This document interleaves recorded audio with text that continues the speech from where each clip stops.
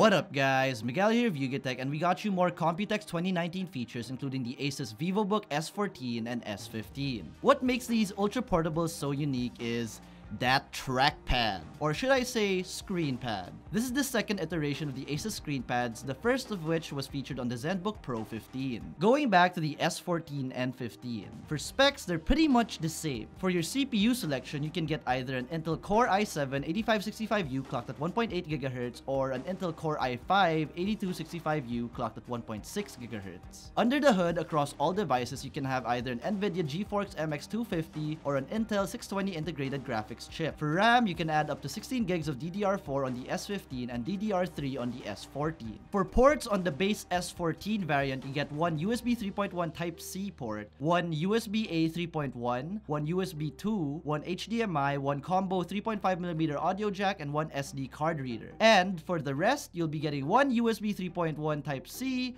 one USB Type-A 3.1, two USB 2s, making that 3 USB Type-A ports, one HDMI, one combo 3.5mm audio jack, and one micro SD card reader as well. So the main difference between the S14 and the S15 model is mainly the display size. On the ASUS VivoBook S14, you get a 14-inch Full HD LED backlit panel. On the S15, you get a 15.6-inch panel. My favorite thing about the display has to be those thin bezels. You get an 88% screen-to-body ratio on all devices, and what I can say is I love this bezel trend, more over on laptops than even phones. For the keyboard, you get a full-size keyboard, which means you get that left-shifted typing placement due to that number pad, and I actually use a number pad, so this is a good thing for me. You also get that ergo-lift hinge design, which basically puts the keyboard in an incline, making it subjectively more comfortable for typing. For colors, you mainly get 5 across all devices, namely moss green, punk pink, cobalt blue, transparent silver, and gunmetal. Now, if I haven't mentioned it yet, the main difference between both the S14 and S15's other variants is, you guessed it,